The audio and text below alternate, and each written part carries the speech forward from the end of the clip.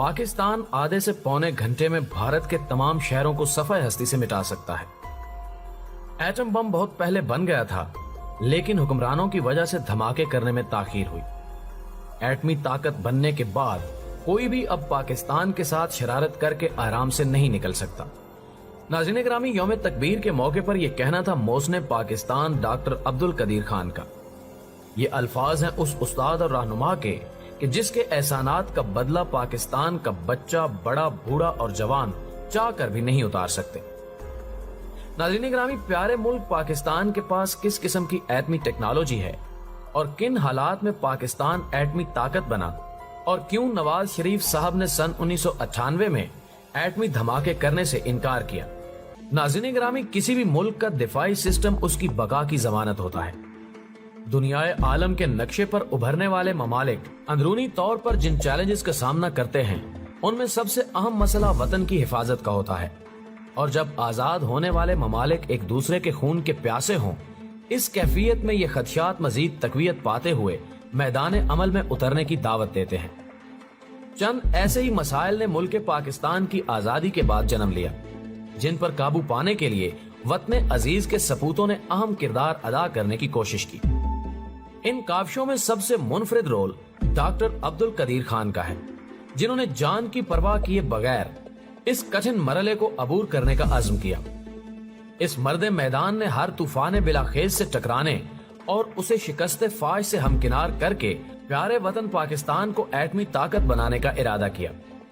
रब्बे अजीम पर भरोसा करने वाले इस पाकिस्तानी हीरो को अल्लाह ने कामयाबी और कामरानी से सरफराज किया। नाज़रीन ग्रामी, यौम तकबीर के मौके पर डॉक्टर अब्दुल कदीर खान के एक इंकिशाफ ने हिला कर रख दिया। उनका कहना था कि हम चाहते तो 1983-84 में एटमी धमाके कर सकते थे। हमने इंतहाई मुख्तसर अरसे में एटम बम बनाकर रख दिया था। जनरल ज़ियाउल हक को एक हफ्ते का नोटिस लिखकर दे दिया था और 1998 में नवाज शरीफ भी टाल मटोल कर रहे थे। तमाम साइंसदानों ने मुल्क के लिए अपनी फैमिली को भुला दिया था। जब पाकिस्तान ने धमाके किए तो खुशी हुई। 1971 में भारत की पाक फौज के साथ बहुत बदसलूकी की गई, लेकिन एटमी धमाकों के बाद अब वो सब दोहराना भारत के लिए ख्वाब बन चुका है। कोई भी अब पाकिस्तान के साथ शरारत करके आराम से नहीं निकल सकता। ये एटम बम ही है जिसकी वजह से भारत जंग नहीं कर रहा। किसी को भी न्यूक्लियर जंग का नहीं सोचना चाहिए। नाज़रीन ग्रामी, इस बयान से उठने वाली एक हवाए तुंद बार बार हमें ये मालूम करने पर उकसा रही थी कि आखिर नवाज शरीफ ने क्यों एटमी हमले को सबोताज करने की कोशिश की, जबकि आज तक हमें यही बताया और सुनाया गया है कि पाकिस्तान को एटमी कुव्वत नवाज शरीफ ने बनाया। इसके बरक्स हालिया बयान को भी नजरअंदाज करना किसी बेवकूफी से कम नहीं। इस इंकिशाफ के पसे मंजर में जब तहकीक की कड़ियां मिलाई गईं, तो ऐसे होशरुबा राजों से पर्दा उठा जिसका तसव्वुर करना मुश्किल है। नाज़रीन, अब एक नजर इन हालात पर डालते हैं कि जिनमें पाकिस्तान एटमी ताकत बनकर सामने आया। नाज़रीन ग्रामी, खुफिया मालूमात के मुताबिक और मोहसिन पाकिस्तान की जुबानी पाकिस्तान एटमी कुव्वत सन 1984 में बन चुका था, चूंकि उन दिनों अमेरिका अफगान जंग उरूज पर थी। ये democratic party of Afghanistan people's के सदर दाऊद खान के कत्ल से शुरू हुई। खित्ते की सूरत हाल खराब होने की वजह से उस वक्त के सदर जनरल ज़ियाउल हक ने एटमी प्रोग्राम को कुछ अरसे के लिए मंसूख कर दिया था। इससे कबल जब 1973 में भारत ने पहला न्यूक्लियर धमाका किया, तो साबिक वजीर आजम जनाब जुल्फिकार अली भुट्टो साहब ने एक आम दिफाई इजलास तलब किया, जिसमें उन्होंने काबिल तरीन न्यूक्लियर इंजीनियर्स को इकट्ठा किया, क्योंकि उस मुहब्बे वतन वजीर आजम ने आइंदा आने वाली सूरत हाल को भांप लिया था। उस इजलास में डॉक्टर अब्दुल कदीर खान को खसूसी तौर पर हॉलैंड से पाकिस्तान बुलवाया गया। इसी हंगामी इजलास के इख्तिताम पर जगह मुंतखब कर ली गई और फौरन एटमी टेक्नोलॉजी का आगाज कर दिया गया। चंद नामाकूल हालात की वजह से डॉक्टर अब्दुल कदीर खान को वापस हॉलैंड जाना पड़ा, लेकिन जब ज़ियाउल हक इक्तदार में आए तो एक बार फिर मोहसिन पाकिस्तान को एटमी प्रोग्राम के बकिया हिस्सों को मुकम्मल करने की दावत मिली। इस बार इस सच्चे और खरे पाकिस्तानी ने हॉलैंड की शहरियत और नौकरी को रद्द करते हुए पाकिस्तान में कयाम को तरजीह दी। तहम जब वो पाकिस्तान की सरजमीन पर पहुंचे तो उन्हें सख्त मायूसी का सामना हुआ, क्योंकि जो अधूरा काम छोड़कर वो गए थे اس پر کسی نے خاطر خواہ توجہ نہیں دی تھی۔ ناظرین گرامی، اس نازک موقع پر جذبہ حب الوطنی سے سرشار چند انجینئرز نے شب و روز کی محنت سے اس پہاڑ کو سر کرنے کا مصمم ارادہ کر لیا، جس کے بعد بظاہر ناممکن محسوس کیا جانے والا یہ عمل کچھ ہی سالوں میں پائے تکمیل تک پہنچ گیا۔ 1983 کو صدر پاکستان جنرل ضیاء الحق نے میز پر پڑی رپورٹ کو تفصیل سے پڑھ کر خوشی و حیرانی کا مظاہرہ کیا، کیونکہ یہ رپورٹ پاکستان کی بقا کی رپورٹ تھی۔ اسی کے بلبوتے پر پاکستان دوسرے ممالک سے محفوظ مانا گیا۔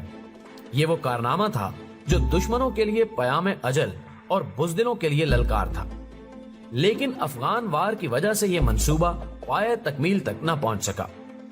دن مہینوں میں اور مہینے سالوں میں بدلتے گئے اور بالآخر 1998 کا وہ وقت آن پہنچا جب ایک بار پھر دشمن نے ایٹمی قوت کو ہم پر آشکار کرنے کی کوشش کی۔ بھارت کے ان دھماکوں کے جواب میں پاکستانی نیوکلیئر انجینئرز نے ایٹمی دھماکے کر کے سرحد پار منائی جانے والی خوشی کو خاکستر کرنے کا پلان ترتیب دیا۔ یہ اعلان بھی کر دیا گیا کہ پاکستان بھی الحمدللہ جلد ہی ایٹمی دھماکے کرے گا۔ یہ خبر جنگل میں لگی آگ کی طرح امریکہ اور یورپ کے علاقوں تک جا پہنچی اور عالمی سطح پر دباؤ ڈالا جانے لگا کہ پاکستان ایٹمی دھماکے کرنے سے باز رہے۔ اس وقت حکومت کی باغ ڈور نواز شریف کے ہاتھوں میں تھی۔ پیارے ہم وطنوں، جب دھمکیوں اور دباؤ سے بات نہ بنی تو امریکہ کے ایک مشہور سیاستدان نے نواز شریف کو ایٹمی دھماکے نہ کرنے کے عوض بھاری رقم ادا کرنے کی پیشکش کی، جس پر پہلے سے تاخیر کا شکار ہونے والا نیوکلیئر پروجیکٹ مزید تاخیر کا شکار ہونے لگا، کیونکہ اس لمحے نواز شریف پیسے کی چمک اور لالچ میں اٹامک پروجیکٹ پر دستخط کرنے سے آری دکھائی پڑتے تھے۔ چنانچہ پاک فوج کو میدان میں آنا پڑا۔ حکومتی تختہ الٹنے کے خدشات کو دیکھتے ہوئے محترم نواز شریف صاحب نے مجبوراً اٹامک ڈرافٹ پر سائن کر دیے۔ امریکہ سے معذرت کرتے ہوئے سال 1998 میں نواز شریف نے ٹیلی فونک رابطے پر یہ کہا کہ یہ معاملہ پاک فوج اور ISI ہینڈل کر رہی ہے، میں اس معاملے میں کچھ نہیں کر سکتا۔ ناظرین گرامی، یہ وہ حالات تھے کہ جن کو فیس کرنے کے بعد پاکستانی اٹامک انجینئرز اور پاک فوج نے بلوچستان کے مقام چاگی کی پہاڑیوں پر ایٹمی دھماکے کر کے عالمی برادری کو آگاہ کر دیا کہ پاکستان کی جانب اٹھنے والی ہر میلی آنکھ کو نیست و نابود کر دیا جائے گا۔ دوسری جانب اگر پاکستانی اٹامک ٹیکنالوجی پر نگاہ دوڑائی جائے تو ہتف، نصر، ابدالی، شاہین، غزنوی، غوری اور ابابیل یہ نام نہیں دشمن کی تباہی کا سامان ہے۔ مودی سرکار کسی نہ سمجھ کے مشورے پر عمل کرنے سے پہلے غور و فکر کر لیجیے گا۔ ایشیا کی سپر پاور بننے کا گھمنڈ سر سمیت مٹی میں دفن ہو جائے گا۔ گیم صرف 1 منٹ کی ہے۔ غوری 1 اور 2 چند سیکنڈ میں ممبئی، ناگپور اور ناگپور سمیت پورے مہاراشٹر کو ملیا میٹ کرنے کی طاقت رکھتا ہے، جبکہ میڈیم رینج بلسٹک میزائل جسے ابابیل کے نام سے موسوم کیا جاتا ہے حرکت میں آیا تو بھارتی شہر چنائے اور کولکتہ کی بلند و بالا عمارات کو مٹی کا ڈھیر بنانے میں صرف چند منٹس کا وقت ہی صرف کرے گا۔ بھارت کے آخری شہر یعنی کنیا کماری کو پاکستان کا شاہین 2 میزائل راک کا ڈھیر بنا سکتا ہے۔ دہلی اور وہاں بیٹھی ہوئی پوری بھارت سرکار کا غزنوی کے شور سے ہی دھڑم تختہ ہو جائے گا۔ پاکستان جب چاہے دہلی اور اس کے ارد گرد کے علاقوں کو آگ کے جنگل میں تبدیل کر سکتا ہے۔ پاکستان کے سب سے مہلک میزائل ہتف، نصر اور ابدالی ہیں۔ ایٹمی ہتھیار لے جانے کی صلاحیت رکھنے والے یہ میزائل مودی کی سوچ سے بڑھ کر بھی کام دکھانے کی صلاحیت رکھتے ہیں۔ بس 1 منٹ میں بھارت کا غرور دھوئیں کی طرح فضا میں اڑ رہا ہوگا اور دنیا یہ کہتی پھرے گی کہ مودی اچھا تھا لیکن اس کا ایک غلط فیصلہ اس کو مروا گیا۔